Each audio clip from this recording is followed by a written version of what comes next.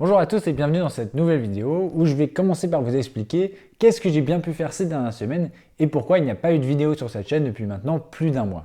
Après avoir fini d'écrire le manifeste, comme je vous l'ai expliqué dans la dernière vidéo, j'ai voulu envoyer ce que j'avais écrit au plus de gens possible. Et j'ai donc passé les dernières semaines à écrire des dizaines de mails à des personnalités dont le discours résonnait particulièrement chez moi. J'ai eu pas mal de réponses et globalement c'était assez positif sur le fond.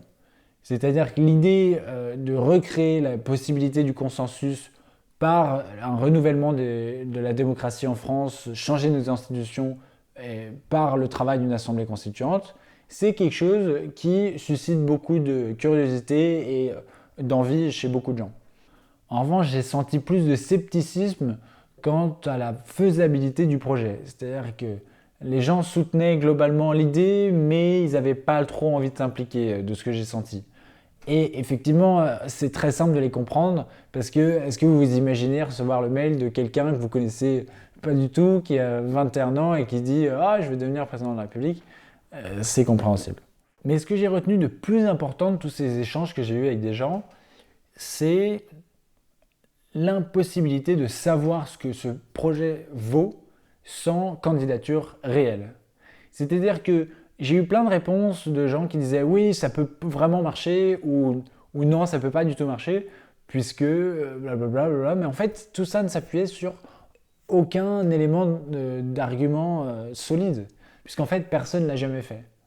Et c'est pour ça que le seul moyen de savoir, de pouvoir trancher ce débat, de la faisabilité de ce projet, de la pertinence de ce projet, c'est en le faisant. Alors mon but aujourd'hui, c'est pas de devenir président de la République, mais c'est de réussir à se présenter pour pouvoir représenter les centaines de milliers, les millions de gens qui pensent comme moi qu'il y a aujourd'hui la nécessité de renouveler les institutions.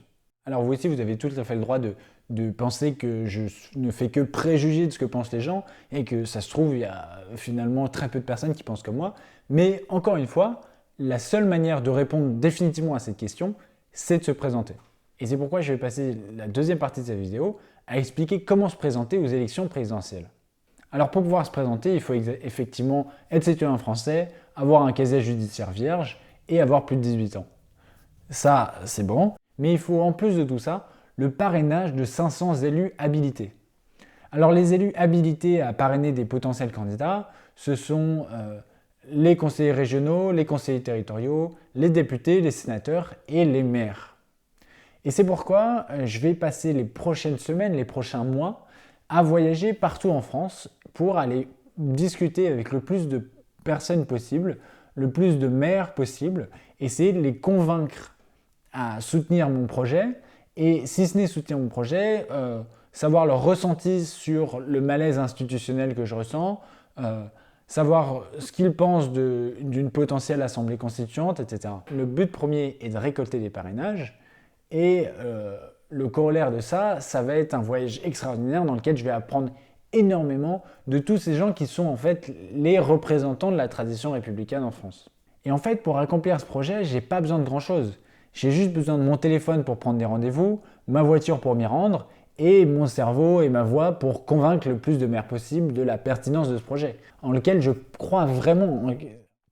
Le problème de toutes ces discussions que je vais avoir avec les élus, c'est qu'elles ne vont laisser aucune trace.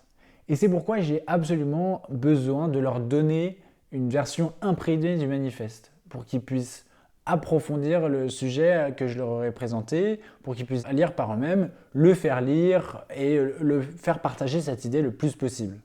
Alors faire imprimer le manifeste, ça coûte un peu d'argent, et donc pour faire ça, j'ai créé une cagnotte en ligne. Il y a le lien en description, vous pouvez cliquer et donner ce que vous voulez. De toute manière, ça m'aidera énormément.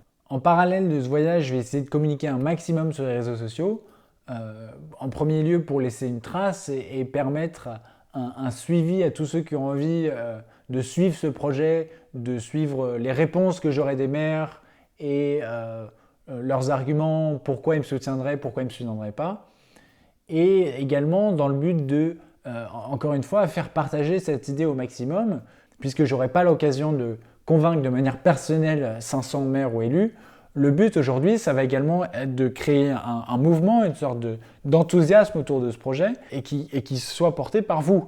C'est-à-dire que si vous pensez qu'une personne de votre entourage pourrait être intéressée et pourrait parrainer ou connaît quelqu'un qui, etc., n'hésitez pas à m'envoyer un message, je vous envoie le manifeste, moi je peux me déplacer, je peux venir vous voir, etc.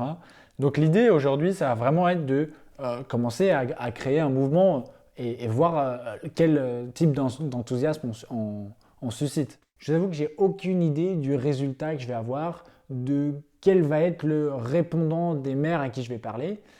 Et c'est pour ça que je ne me fixe aujourd'hui aucun objectif.